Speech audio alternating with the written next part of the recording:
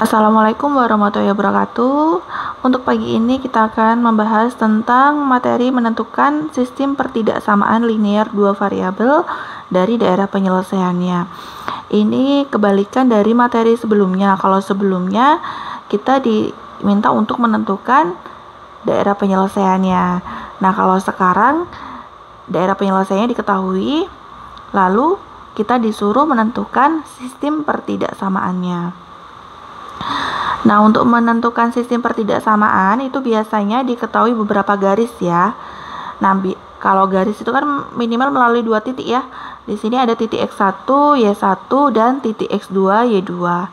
Nah, ini persamaan garisnya seperti waktu kalian di SMP, ini materi persamaan garis.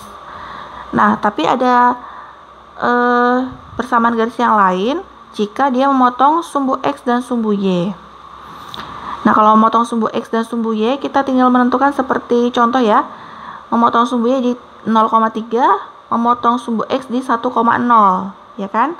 Lalu kalau kita buat persamaannya, ini masih persamaan ya, B-nya 3, lalu A-nya adalah 1.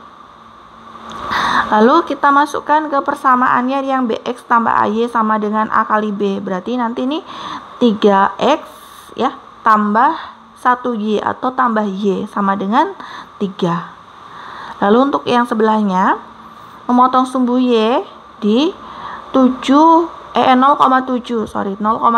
memotong sumbu X di 5,0. Maka nanti persamaannya adalah BX tambah AY sama dengan A kali B.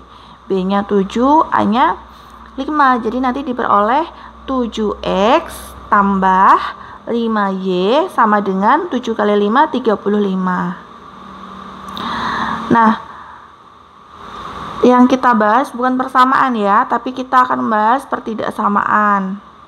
Nah, kalau pertidaksamaan biasanya daerahnya diarsir yang diketahui. Ini lebih jelasnya simak contoh berikut. Ada daerah penyelesaiannya di bawah garis biru ya. Menentukan garisnya, persamaan garisnya sama seperti tadi.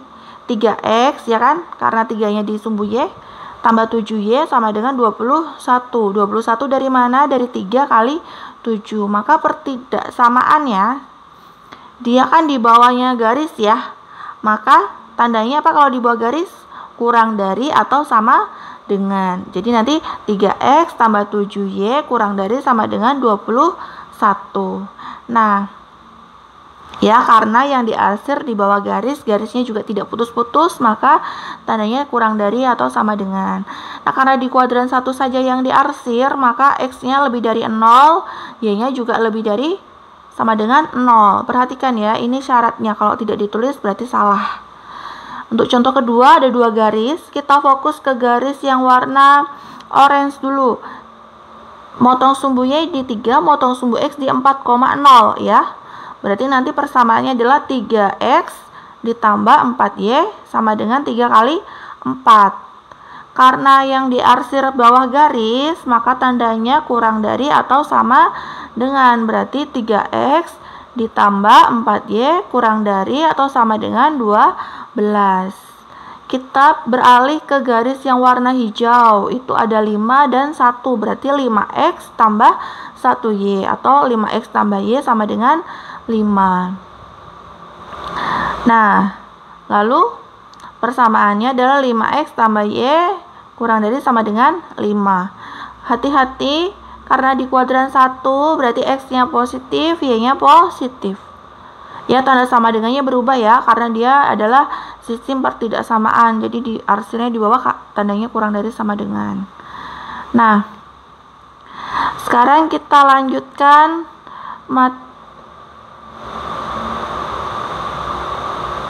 masih dicontoh lagi ya.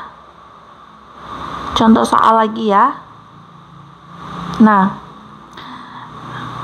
yang diarsir itu di bawah garis merah. Perhatikan di bawah garis merah, di atasnya garis biru. Garis merah itu angkanya ada 4 dan 3. Berarti itu nanti 4X tambah 3Y sama dengan 12. Yang garis birunya 7X tambah 2Y sama dengan 14. Perhatikan Yang garis merah tandanya kurang dari karena dia berada di bawah garis.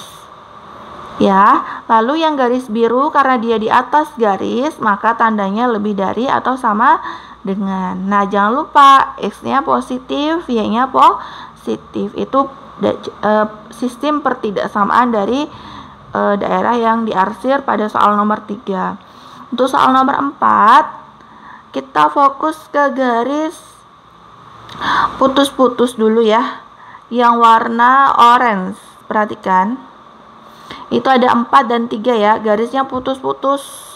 Berarti nanti persamaannya 4X tambah 3Y, ya kan? Sama dengan 12. Karena garisnya putus-putus, berarti dia hanya lebih dari 12. Tidak ada tanda sama dengannya.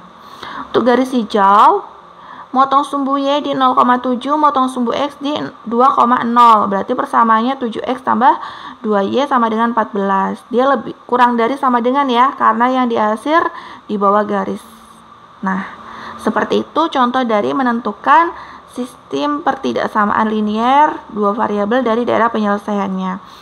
Sekarang kita bahas cara menentukan nilai optimum dari fungsi objektif.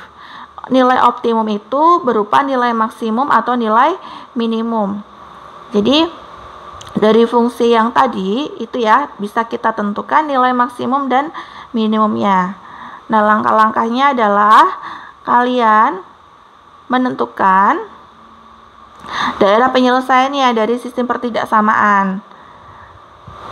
Nah, lalu yang kedua, ya jadi nanti diarsir dulu yang mana daerah penyelesaiannya. Kalau sudah menentukan daerah titik pojoknya di mana saja, kan nanti kan daerah itu kan ada beberapa titik ya, tentukan titik-titiknya. Lalu substitusi, ya substitusi titik pojok itu ke fungsi objektif. Nanti agar lebih mudahnya ada contohnya, ya.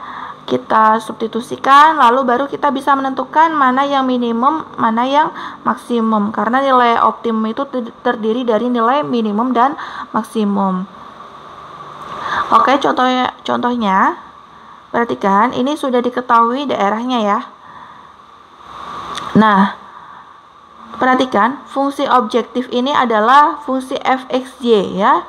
Fxy-nya itu 15x ditambah 18y. Kalau di soal berbeda-beda ya. Ini soalnya seperti ini. Ini sudah langsung diketahui daerahnya. Perhatikan, itu ada segi 5 beraturan ya. Berarti ada berapa titik? Ada 1, 2, 3, 4. Ada 5 titik ya. Titik pertama, titik 4,0. Berarti x-nya 4, y-nya 0. Ya kan?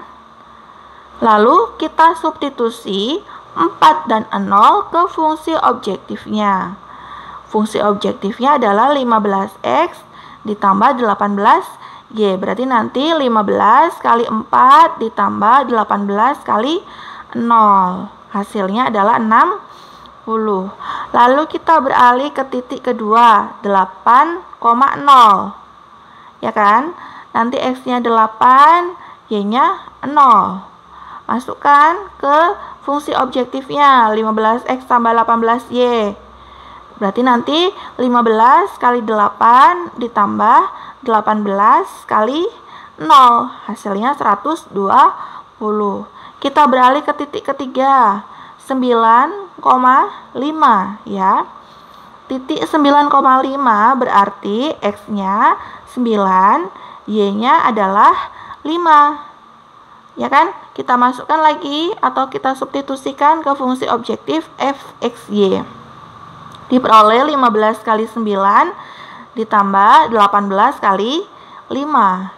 Hasilnya 225.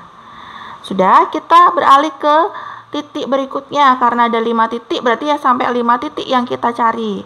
Titik berikutnya 6,8. Berarti x-nya 6, y-nya adalah 8. Lalu kita substitusikan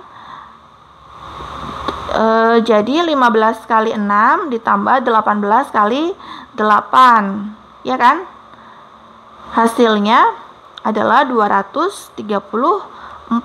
Kalian hitung satu-satu ya, dikalikan lalu dijumlahkan. Titik terakhir 2,5 berarti x-nya 2, y-nya adalah 5. Nah, Kalau sudah, substitusikan lagi seperti tadi. Berarti 15 kali 2 ditambah 18 kali 5. Sama dengan berapa?